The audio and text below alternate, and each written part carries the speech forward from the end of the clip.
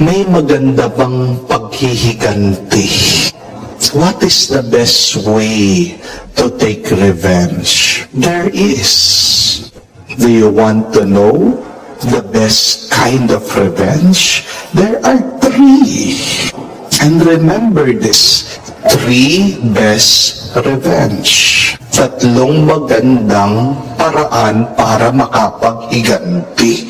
Una, maging malakas ka. Be strong. Kaya nga sabi ng ating Panginoon pag sinampal ka sa kaliwa, bigay mo din yung kanan. Anong ibig sabihin nun? You are unaffected. Kasi pag sinaktan ka at nakikita na naapektuhan ka, nalungkot ka, nasaktan ka, masaya yung nakakasakit sa iyo. Matutuwa ang kaaway mo. Do not give your enemies that pleasure. Ano man sinabi nila, ano man ginawa nila, be strong, be unaffected. Alisin mo yung galit, yung inis, yung puot sa puso mo. Parang walang nangyari. Isipin mo parang kinagat ka lang ng langgam. Parang langaw lang yan na dumapo sa iyong balat. Paalisin mo lang. Yun yung magandang paghihiganti. Yung pakita mo na mas malakas ka kesa sa kanila. Walang magagawa ang mga kalaban natin sa atin. Puwera na lang kung hahayaan mo na sila'y makapasok sa iyong isip at puso. Amen? Isipin mo, kung sino man yan na ayaw mo o nakasakit sa iyo, langgam lang yan, langaw lang yan. Walang halaga yan sa iyong buhay. Pero pag binibigyan mo siya ng halaga sa iyong buhay, you're giving them the power over you. Amen? There is this beautiful quote, teaching from Saint Abby. Sabi po niya, the weak revenge, the strong forgive, the intelligent ignore. Ang ganda po, no? Ang mga mahihina, sila lang yung mga naghihiganti. Yung mga malalakas, matatatag, nagpapatawad, ang mga yan. At yung mga matatalino, hindi pinapansin. Yung mga naninira, yung mga haters, yung mga bashers, o yung mga taong may masamang mithiin, may masamang balak sa iyo. May masamang niisip, may masamang pinaplano laban sa iyo. Kung matalino ka, you ignore them. Amen? The best revenge, number 1, is becoming strong. Second, pangalawa, maging masaya ka. That is the second good revenge, by becoming happy all the time. Narinig niyo po itong sabi ni San Pablo sa mga tao ng Corinto. Kala ng mga tao, sila'y nagdurusa. Ganong sabi niya, we are always rejoicing. Even if people think that we are suffering, we are always happy.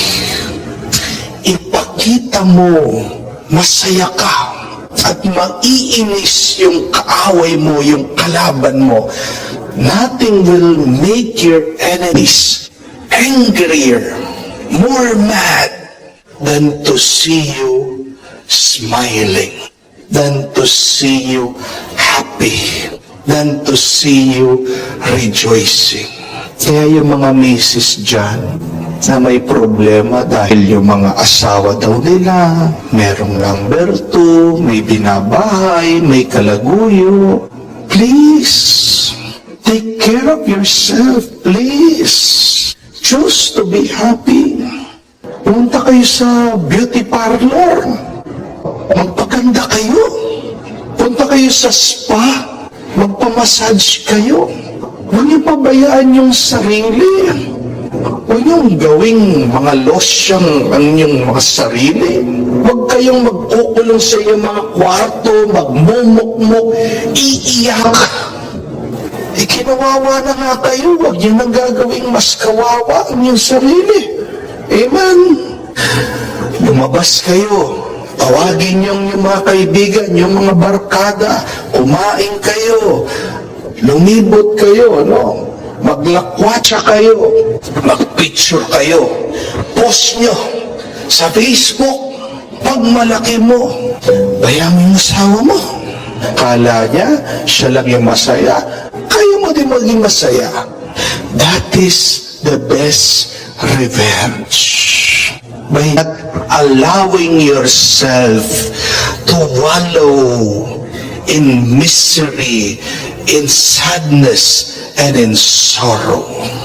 Pag nakikita na mga kaaway mo yung mga taong gusto makapanakit sa iyo na tuwang-tuwa ka pa, lalong maiinis ang mga yan. Amen? Promise yourself that even if some people hurt you, please choose always to be happy. Piliin mong maging masaya. Pangatlo, kahuli-hulihan, maging mabait ka. Be charitable. May turo po in Proverbs, very nice advice and teaching. It says, allow me to read it.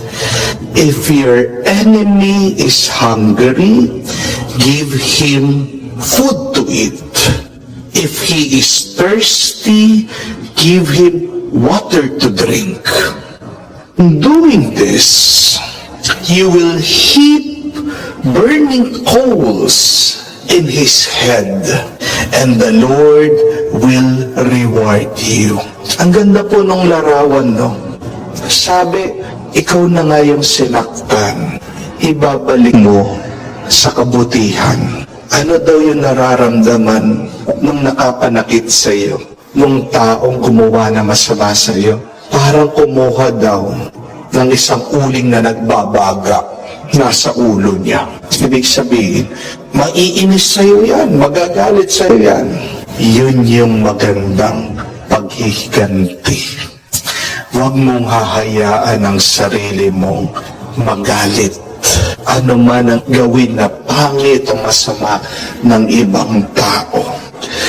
Kasi pag may galit sa ating puso, mahirap ng ating mga kaluluwa ay maligtas.